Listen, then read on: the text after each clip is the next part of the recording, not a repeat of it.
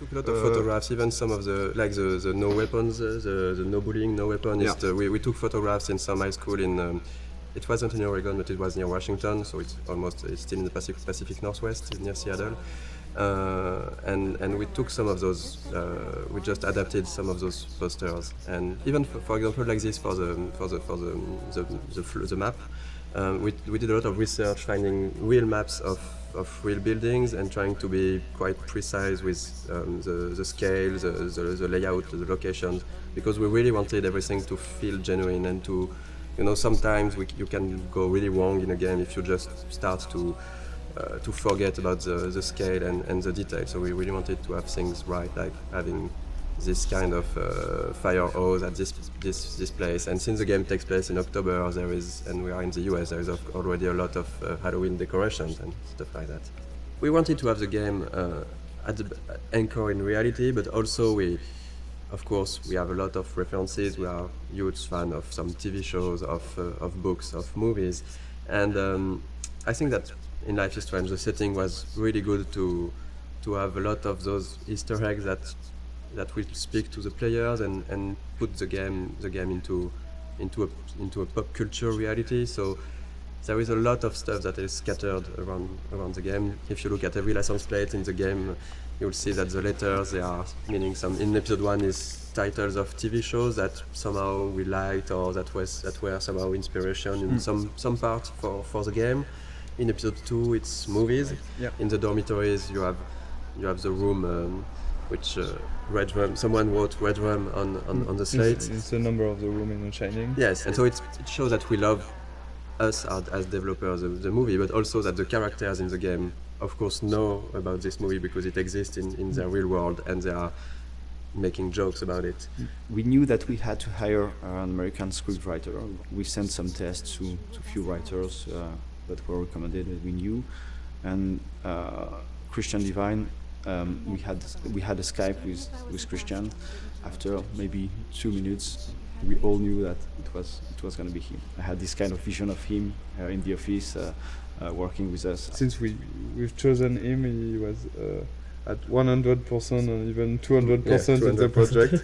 With us, he completely understood what we want to do with the characters and with the story and with the different themes we wanted to talk about. During the motion capture session, we asked the actor and the actress to, when they meet, Max and Warren meet the first time here on the parking lot, we asked them, they were trying to kiss themselves, but you can't do that in the United States. In fact, as French, we were thinking that it's cool, they are going to kiss themselves. Warren tried to kiss Max, to kiss Max on the cheek. We've never done that, so we changed after discussion with the writer and a lot of friends. We say, okay, we should switch to a hug. So we changed the animation to have just Warren try to hug Max and not kiss her. This is a kind of mistake we can do as French people, so we have to be very careful about that. And it was really good because in France you can in say France, hello by kissing a girl like this, by just having a peek on the cheek, and not in the US. Yeah. And this is the kind of stuff where having an American writer was really needed. We made some other mistakes, like on this parking at the beginning we had the parking spots which were really small, and Christian said to us that this is not American parking spots. In the US you have large parking spots because we have big cars, so we changed that. And we did that for various things, like sometimes a sign were not at the right position or something that was not perfectly true to reality. So, Chloe's house. This is a very, very first scene we've made for the game. So this is really the scene that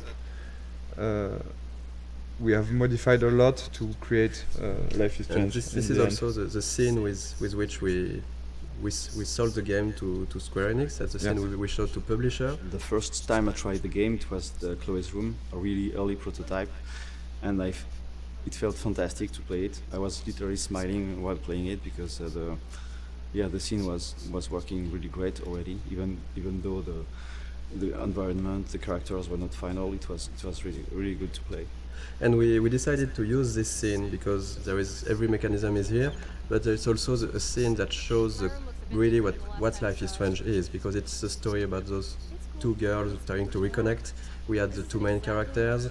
We had strong issues with what happened with David later. So we have the environmental storytelling when you're visiting a different part of the house. We have Zen sequence. It had the feeling that we really wanted to push for the game. This slow-paced, nostalgic feeling. I think that this scene is really a really good one to show that in episode 1. At the beginning, it wasn't exactly like that. We got different outcomes, and so the scene which is in the game now is really different from the very first prototype. At the very beginning, it was only the arguing with David we have done in motion capture, and I've played with Jean-Luc. So Jean-Luc, you were doing Chloe. Yeah, I was playing Chloe, and Jean-Luc was playing. No, I was playing David. And Jean-Luc is a great writer who has written the original story. So we have played all together because we didn't want to. We didn't add the money. In fact, to have a optic motion capture shooting. So we try by ourselves to have animation for the prototype, and the animation is quite ugly. The characters also are the ugly. first version were ugly, and there were at the beginning no textures. We had version with only the grey characters who were really weird without hair, so we had a hairless Chloe. And I think Max is quite frightening. The smoke and all the FX elements, they are made following the same idea as non-realistic, but like it looks like undrawn smoke a little. But it's really, really beautiful, and our FX artist has made a lot of FX like this. We can see also the wind outside.